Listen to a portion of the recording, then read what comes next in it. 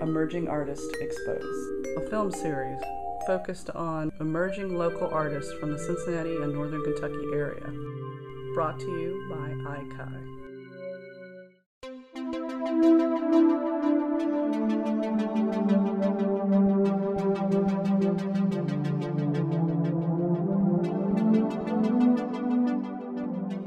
I actually had a really different bachelor's experience than most artists. I went to a really tiny conservative Catholic school, and I originally was a business major, and I took all the business classes and hated it. After I walked out of my first exam, I talked to my mom. She was like, why don't you just take art classes to get through your requirements, and then we'll figure out what you want to do from there. So I was the only art major from then on, and I graduated with just a bachelor's in fine arts, and then I had some other minors and stuff. Decided I wanted to go to UC, and got there, and it was a much bigger school than I was used to.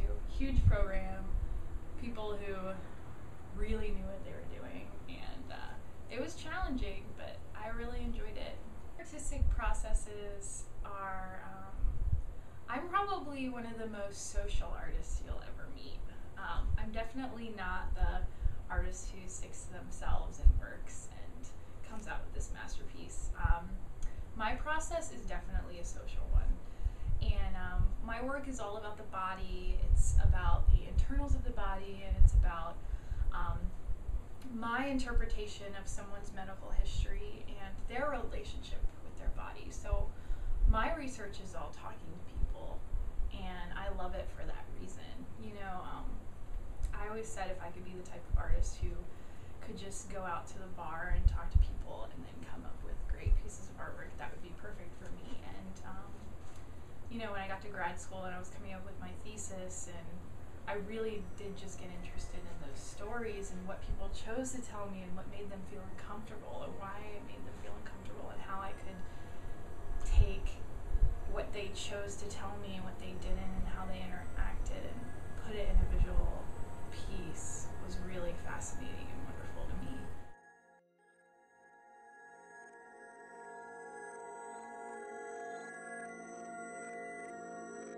I always wanted to study the body, but it also really scares me, and just my own medical history, in a way I'm sort of taking control of it by coming up and making these beautiful pictures of people with diseases.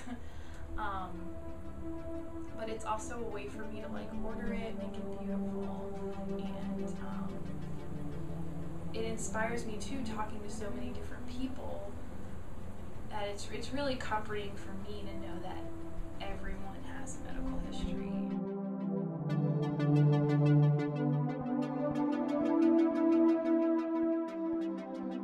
As a young female artist who makes work about the figure, I even find myself working with all female models, and it goes in the direction of being feminist work, and I'm like, I don't really want to do that, I'm trying to get past that, I don't want that label, and I find myself hesitate when I get invited to all female shows. And I'm like, well, my work isn't really about being feminist, just because I display ovaries and have someone who went through menopause doesn't mean that my work is about being a woman. So that's a constant debate to me.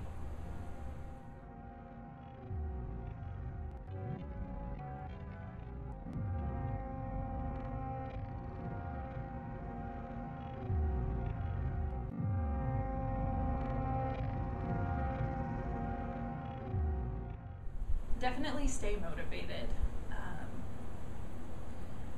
and keep working, and look at other artists. Go to shows, go to museums, look at art history. Also just find out where it fits in your life. Me, I know what I get out of art, I know what it does for me, I know why I do it. I think a lot of people make don't ignore the elephant in the room. Like, they really, like, figure out why they're using it and why they're attracted to certain things. And if it means going down a rocky road, then go down a rocky road. But you'll figure out why you do what you do through your art. And I think that you end up making better art because of it. Brought to you by ICA.